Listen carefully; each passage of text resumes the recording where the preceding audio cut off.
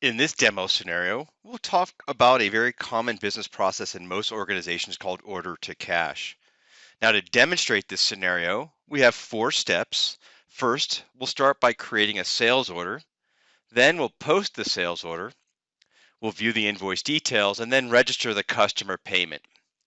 So let's begin by creating a new sales order. So I'm logged into Dynamics 365 Business Central. I have all the shortcuts that I need to simplify the experience in many of the common tasks, such as entering in data. So you'll see here right at the top, I have that action item to be able to create a new sales order. I could either type in the customer name or I could just choose from the list of my customers. I'll select that company. And now what I can do is I can continue to tab across the fields, or I could just simply select enter, and that'll shortcut me directly to one of the fields that I've designated as the next logical step in entering data. Now I can go ahead and type the item name or select the item number. Notice if I type in the name into the item number field and then I select tab, Business Central understands what I was trying to perform, and it'll actually put in the item number in the appropriate column and then place the corrective description in its appropriate column. I'll tab across the windows. Now, I have some ability now by selecting something called focus mode that can streamline and enhance the data entry. So if I select on focus mode, you'll notice I get a much larger real estate or additional space where I can enter in line items on the particular document. Let's go ahead and select the items. And by holding down my control key on my keyboard or my shift key, I can choose multiple items. So in this case here, I just did a multi-select. I select OK. And now I have additional line items enter my field. Again, much streamlined experience. I could exit that focus mode, and now you see that I've entered in my sales order ending in 1005.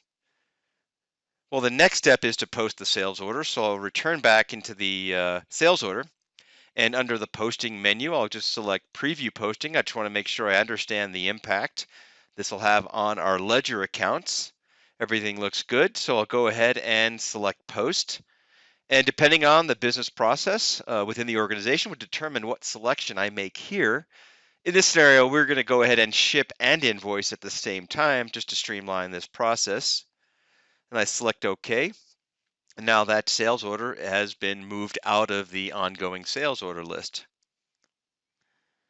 The next step is just to view the invoice details. So from the home page, I'll select the sales menu and I'll choose posted sales invoices.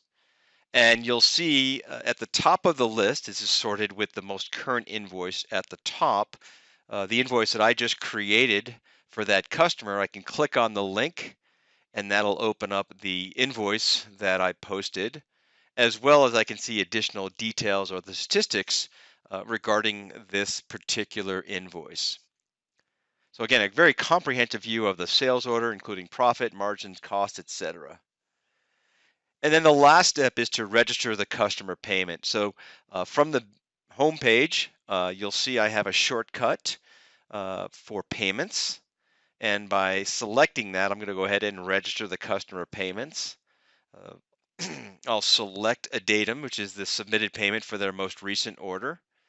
And I'll preview that posting. I've got the check, the money that will be applied. And then I'll post the payments. And then if I scroll down back at the home page, you'll notice here, if I click into my checking account, you'll see that that payment that I received from that customer has been applied accordingly.